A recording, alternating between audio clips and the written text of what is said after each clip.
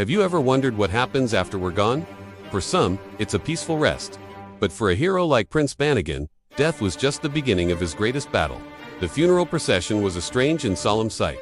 Two kingdoms, once bitter enemies, now walked side by side in mourning. At the very center, carried by the strongest warriors from both lands, was the heavy Malawi coffin. Bantugan's brother, King Madali, walked ahead, his head bowed low. Beside him, the king of Lagujan marched as an equal, a silent symbol of the peace Bantugan's sacrifice had created. Princess Timbang followed, her eyes fixed on the coffin, whispering Bantugan's name over and over, like a sacred song meant to guide his soul, and it was working. Unseen by the mourners, Bantugan's spirit, a glowing weightless form, walked right beside her. For weeks, he'd been a lost ghost, tethered to his body but unable to connect with the world of the living. He had felt the sorrow of a kingdom that didn't know him. But now, hearing his name, feeling the pull of his home, his spirit grew stronger. He was no longer just a whisper on the wind. He was a companion on his own funeral march. He tried to brush a strand of hair from Darangen's face, but his hand passed through her like smoke. This powerlessness was a new kind of torture. As the sad news traveled, it reached the ruthless King Nipatunus of Randian. A cruel smile spread across his face. Bantugan is dead, he said to his council. The only man we ever feared is gone, and Bumbaran is weak, drowning in its own tears. He slammed his fist on his throne. The time to strike is now. While they weep, we will take everything. He ordered his massive war fleet to prepare. This wasn't just a raid, it was a full-scale invasion, disguised as a diplomatic visit to pay their respects. Back in Bumbaran, the return of Bantugan's body unleashed a tidal wave of grief. The cold silence that had once driven him away was now a storm of wailing and sorrow. His coffin was placed in the Grand Hall, the very place he was scorned, now buried under flowers and gold. A 9-day funeral began, and the kingdom, lost in its heartbreak, let its guard down. Sentries cried instead of watching the river. Generals planned rituals instead of battle strategies. Only one person saw the danger.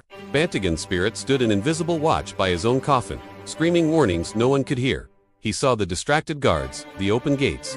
He felt a dark energy approaching from the north. Flying to the highest tower, he saw them, the war fleet of Randian, their sails painted with fierce talons, gliding silently down the river. It wasn't one ship, it was an armada. Desperation gave him a new kind of strength. He couldn't touch anything, but maybe he could influence someone. He rushed to the palace aviary, to the one creature who had understood him before, his green parrot. The bird was sleeping. Bantugan focused all his will, pouring his fear and his love for Bumbaran into one silent command. He showed the parrot visions of the enemy ships, the urgent need for an alarm. The parrot jolted awake, confused. Bantugan's spirit stood before it, projecting his thoughts. Danger, river, enemy. Warn them. The bird, its small mind touched by its master's ghostly plea, finally understood. With a piercing shriek, it took flight. It didn't fly to the Hall of Mourners. It flew straight to Princess Timbang's chamber. Landing on her shoulder, it screamed, not with practiced words, but with pure, frantic terror. Ships, many ships, talons on the water. North wind brings fire. Awake, awake. Timbang knew instantly. This was a message from beyond the grave. She ran to the Grand Hall, her voice cutting through the sorrowful chants. Brother, the parrot brings a warning from Bantugan's spirit. Randian attacks. Their war fleet is here.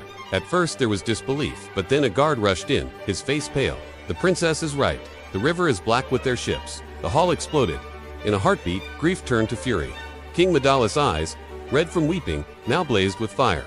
He looked at Timbang to his brother's coffin. He protects us even in death. Madali declared, 2 arms. For Bumbaran, for Bantugan. The change was electric. Warriors grabbed their shields. The drums of grief became the thunder of war drums. As the first Randian soldiers stormed the docks, they expected to find a kingdom on its knees. Instead, they met a wall of steel and rage. The battle was ferocious. Bumbaran fought with the strength of a people who had already lost everything. But Randian's army was massive and prepared. From the spirit world, Bantugan watched in agony as his home began to fall. He saw his brother being pushed back. He saw Timbang directing defenders from the palace steps. Brave, but losing hope. He had to do something. A deep, powerful need to protect his people surged within him.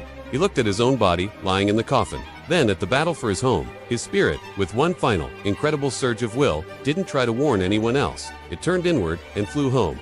Inside the Grand Hall, a guard gasped, a soft blue light, the same light that once glowed from Bantugan's enchanted sword, began to shine from inside the sealed coffin. The coffin started to tremble. Outside, on the blood-soaked riverbank, King Nipatunus raised his sword for the final blow against King Madali. And so, suddenly, a mighty roar echoed from the palace, shaking the very ground Bumbaran. Furthermore, every soldier on the battlefield froze. The great palace doors burst open, and there, standing in the doorway, alive, breathing, and glowing with an unearthly power, was Prince Bantugan. His eyes blazed. In his hand, his sword, Sandata, pulsed with blinding blue light. He wasn't a ghost. He wasn't just a man. He was a force of nature, a promise returned from beyond the veil. King Nipotunus's face turned white with terror. Impossible, he whispered. Bantugan's gaze swept over the invaders and locked onto their king.